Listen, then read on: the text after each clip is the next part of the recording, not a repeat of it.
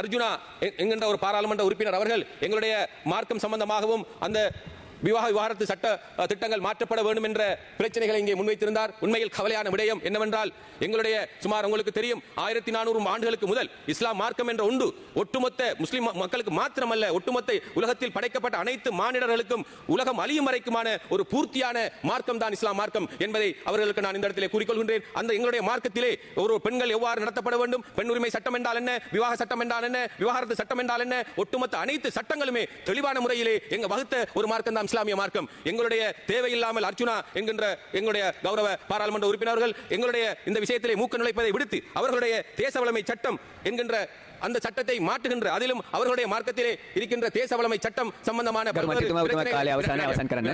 அந்த பிரச்சனை சட்டமாக அவர்கள் அதில் கவனம் செலுத்துவார். அதை விடுத்து எங்களுடைய மார்க்க சம்பந்தமாகவும் எங்களுடைய பெண் பிள்ளைகள் சம்பந்தமாகவும் எங்களுக்கு தெரியும். அதை எவ்வாறு வழிநடத்துவது, எவ்வாறு அவர்களுக்கான மார்க்க விடயங்களை புகட்டுவது என்று எங்களுக்கு தெரியும். ஆகவே இவர் தேவையில்லாத ஆணிகளை புடுங்குவதை விடுத்து தேவையான ஆணிகளை அவருடைய மார்க்க சம்பந்தமாக பேசுமாறு இந்த இடத்தில் நான் வேண்டிக் கொள்கின்றேன். அதே போன்றுதான் அவர்களுடைய நடவடிக்கை அதே போன்றுதான் இங்கே நாங்கள் பார்க்கணும். அவர் சமூக வலைத்தளங்களில் தான் பேர் புகழ் பெற வேண்டும் என்பதற்காக எங்களுடைய மார்க்கத்தை கொச்சைப்படுத்தி பேசுகின்ற நிலைமை நாங்கள் இங்கே காணுகிறோம். உண்மை கவலையான விடயம்.